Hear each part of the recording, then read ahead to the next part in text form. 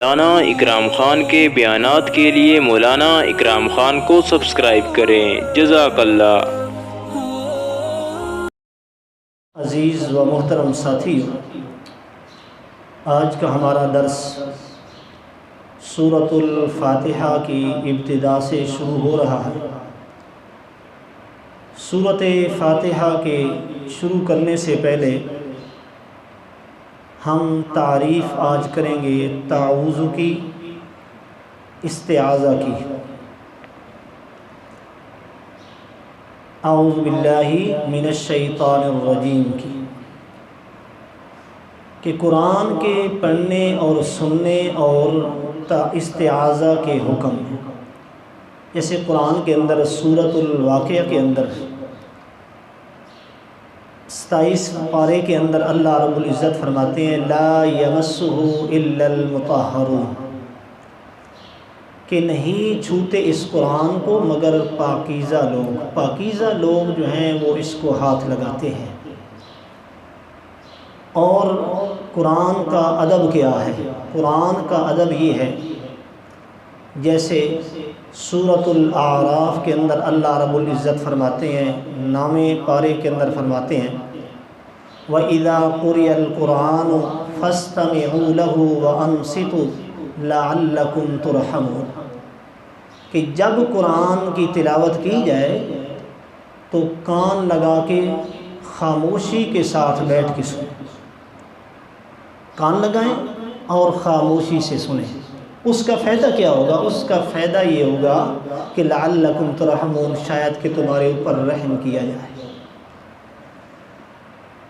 اب تلاوت قرآن کے آداب میں سے یہ بھی ہے، جیسے سورۃ النحل 14ویں پارے کے اندر اللہ رب العزت فرماتے ہیں فَإِذَا قَرَأْتَ الْقُرْآنَ فَاسْتَعِذْ بِاللَّهِ مِنَ الشَّيْطَانِ الرَّجِيمِ، کہ میں پناہ مانگتا ہوں شیطان کے شر سے۔ اللہ کی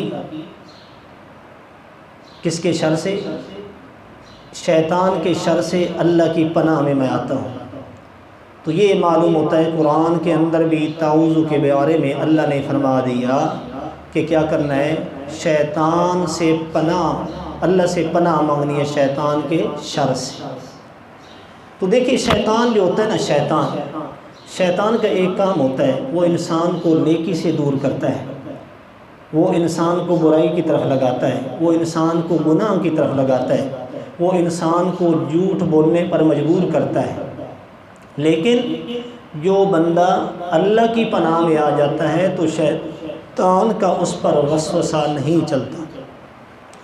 جیسے اسی سورۃ النحل 14ویں پارے کے اندر اللہ رب العزت نے فَإِذَا قَرَأْتَ الْقُرْآنَ فَاسْتَعِذْ بِاللَّهِ مِنَ الشَّيْطَانِ الرَّجِيمِ، اس کی آگے والی آیت کے اندر اللہ رب العزت فرماتے ہیں إِنَّهُ لَيْسَ لَهُ سُلْطَانٌ عَلَى الَّذِينَ آمَنُوا وَعَلَى رَبِّهِمْ يَتَوَكَّلُونَ۔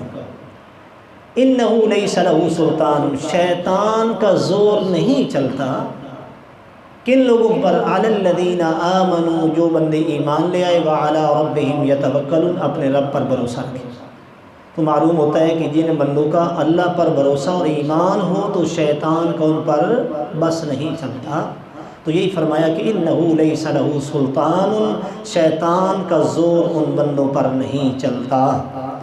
تو تعوذ کی احادیث میں الفاظ، احادیث مقدسہ میں مختلف قسم کے الفاظ آئے ہیں، لیکن جو مختار الفاظ ہیں وہ یہ ہیں اعوذ باللہ من الشیطان الرجیم، اور یہ بھی حدیث مقدس کے اندر آئے ہیں اعوذ باللہ السمیع العلیم من الشیطان الرجیم، اور کہیں آئے اعوذ باللہ العظیم من الشیطان الرجیم، اور کہیں یہ بھی آئے اعوذ باللہ من الشیطان الرجیم ان اللہ هو السمیع العلیم۔ تو تعوذ کے 5 فائدے میں آپ کے سامنے ذکر کر دیتا ہوں، 5 فائدے۔ ان فائدوں میں سے ایک فائدہ یہ ہے کہ بندے کو دین اور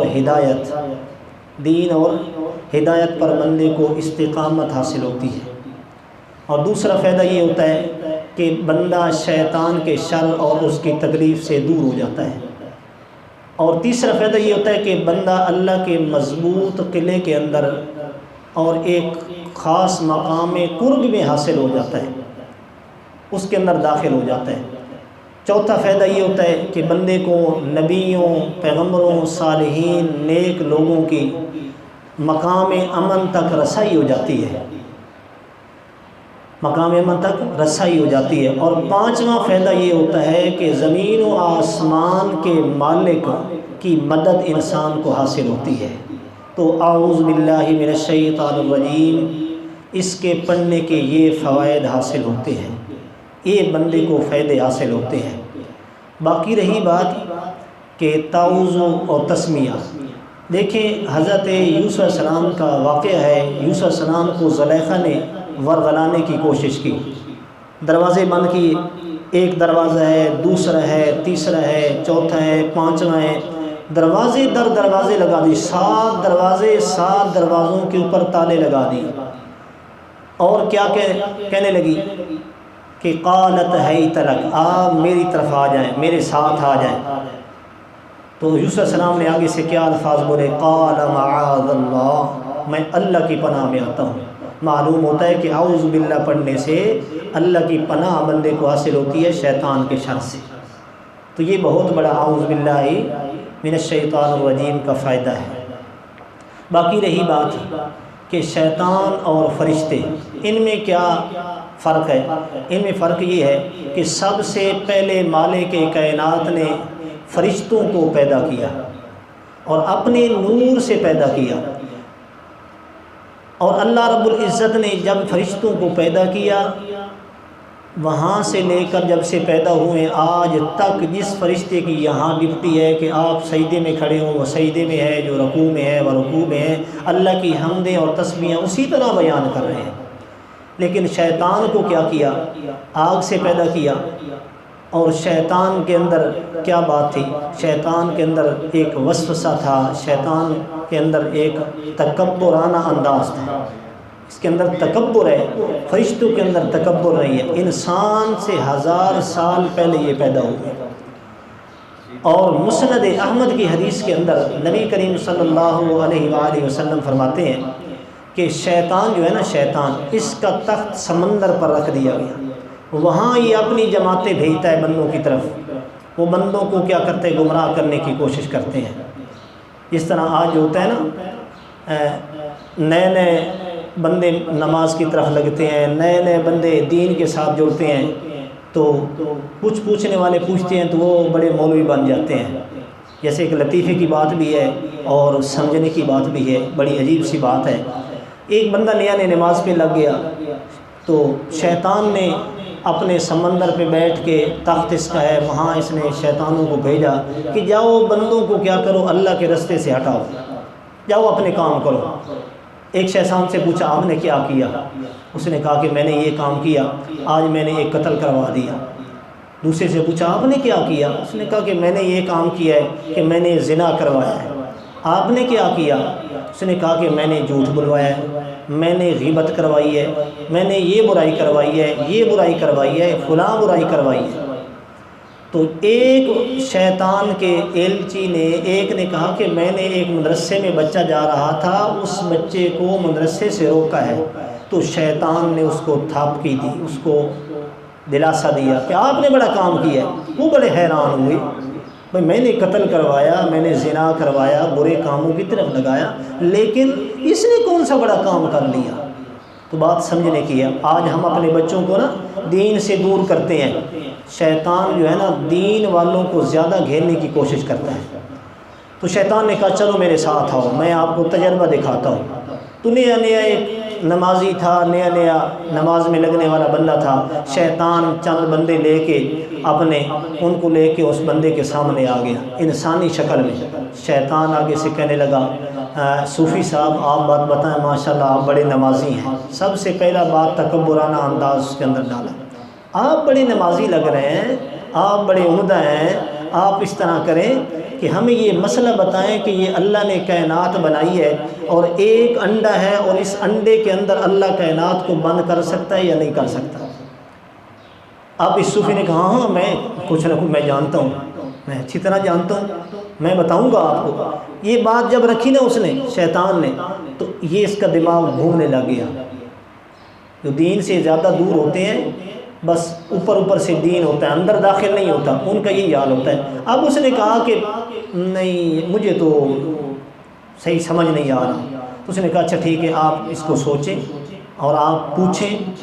اب ادھر سے شیطان اپنے ایلچیوں کو لے کے چلا گیا، وہاں چلا گیا۔ جب نکلا تو اس نے کہا اب دیکھیں، اللہ کے معاملے میں یہ بات آئی ہے کہ اللہ اس کائنات کو انڈے کے اندر بند کر سکتا ہے، تو اب اس نے کیا کیا، یہاں خاموش ہو گیا، یہاں کچھ بھی نہیں بولا، تو یوں سمجھے اس کا ایمان ختم ہو گیا، کیونکہ اللہ کا معاملہ ہے۔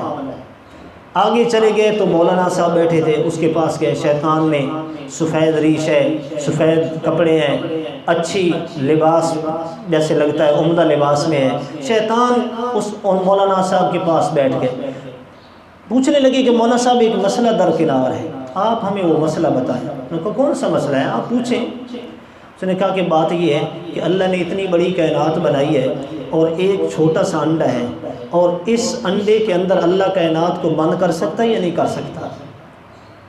اب مولانا صاحب کہا کیوں نہیں، اللہ بند کر سکتا ہے، اللہ قادر ہے، اللہ کر سکتا ہے۔